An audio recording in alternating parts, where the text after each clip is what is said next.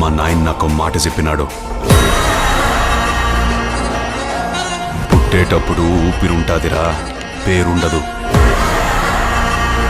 అట్నే పోయేటప్పుడు ఊపిరుండదు, పేరు మాత్రమే ఉంటాది. ఆ పేరెట్టా నిలబడాలంటే